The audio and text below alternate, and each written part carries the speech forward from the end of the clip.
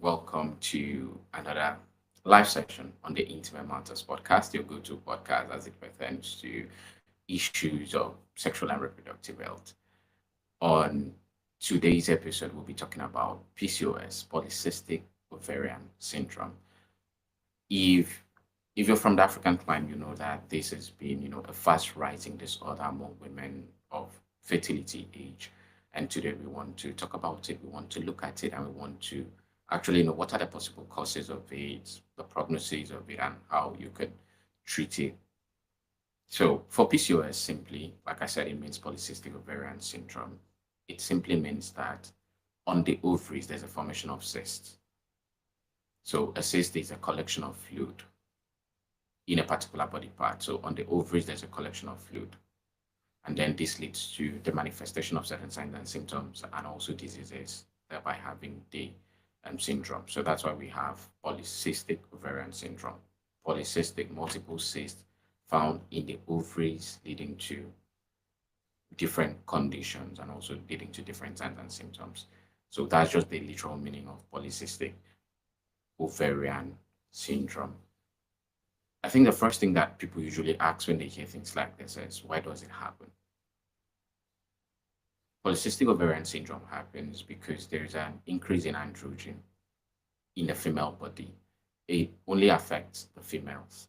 So by an increase in androgen, we mean there is an increase in hormone, male-related hormone. So the female have their own hormone, majorly progesterone and estrogen. Then there is the male sexual hormone being testosterone. When there is an increased level of the male hormone, which is the androgen or testosterone, in the woman's body, it manifests as polycystic ovarian syndrome. Then comes the next question. Why then do we have a male hormone in the female? Naturally, in the female body, you can find the male hormone. In the male body, you can also find the female hormone. The issue is not in the presence of this hormone, but actually in the level of these hormones. This hormone should fall within a certain level. If it is more than such a level, it becomes a problem, as we can see in polycystic ovarian syndrome. So that is why, because this hormone gives peculiar characteristics to the individual.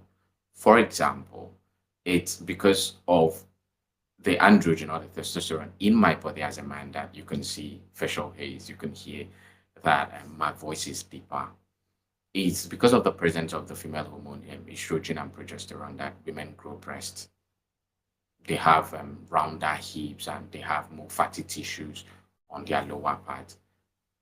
This leads to the signs and symptoms that we see when it comes to PCOS, that certain things that are supposed to manifest in the man starts to manifest in the woman. And one of the cause signs and symptoms we look out for women that are suffering from PCOS is the presence of hair, facial hair mostly. So you see, to varying degrees, growth of facial hairs, either here on the mustache or at the bed and other parts of the body. So it could be in the chest, it could be in the back, it could be in the belly, as the case may be. So growth of facial hair is one of the symptoms. Then there's presence of acne. Now there's acne that comes with puberty, but there is huge breakout of acne in women that are actually suffering from polycystic ovarian syndrome. There's issue then with insulin resistance.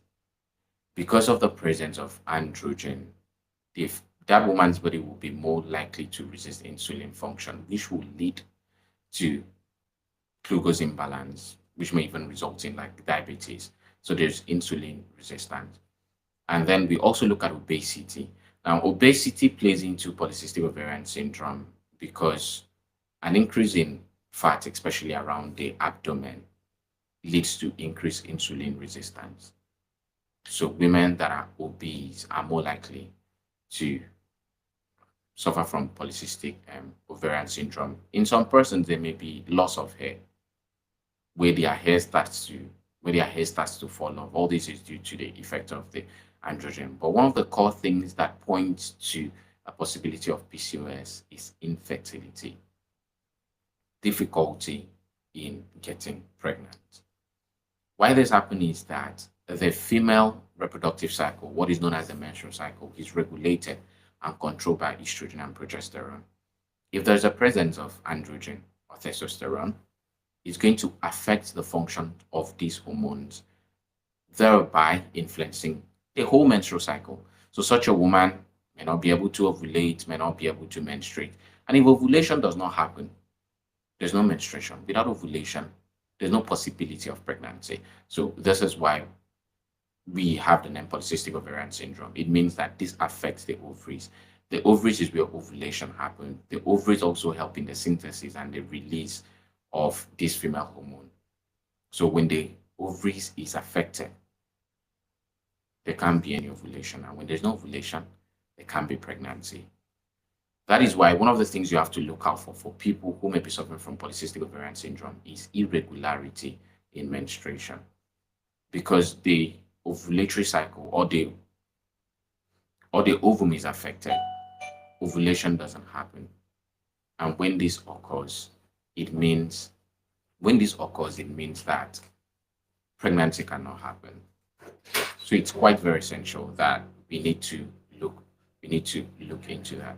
So is it possible that you may have PCOS and you do not have symptoms, is what people ask? Yes, it's quite possible. So there are mild level of PCOS. And when there are mild level of PCOS, it means that the symptoms will not manifest. So it's either the symptoms will not manifest, and also sometimes the people that have it do not know. There are many women who do not realize that their cycle is quite irregular because, as it is, they do not track their cycle. So some people think that it's normal for them to go like a month or 2 months without seeing their period, which shouldn't actually be so. So it's essential that you track your period. And then also there's mild PCOS where the symptoms are not really manifest. And because most people don't even know they have PCOS until they are ready to get pregnant. Infertility is oftentimes the first pointer to the possibility of PCOS. So that is why certain people may go about and feel that they're not suffering from polycystic ovarian syndrome, but they are actually wrong. So what are the core signs what are the core diagnoses? If you want to diagnose, if you want to know that somebody or you or somebody may be suffering from PCOS, there are tests that can be done, essentially. So we have tests that can be done to measure ovulation. Then there is imaging tests to check the ovaries if there are formation of cysts. Then there is the issue of infertility. You need to actually try to get pregnant and you can't. So when we're talking about infertility, we're looking like trying to get pregnant for women who are less than 35, that's 35 and below. If you've tried to get pregnant for like 1 year, that's having consistent unprotected sex for 1 year without getting pregnant, you're infertile.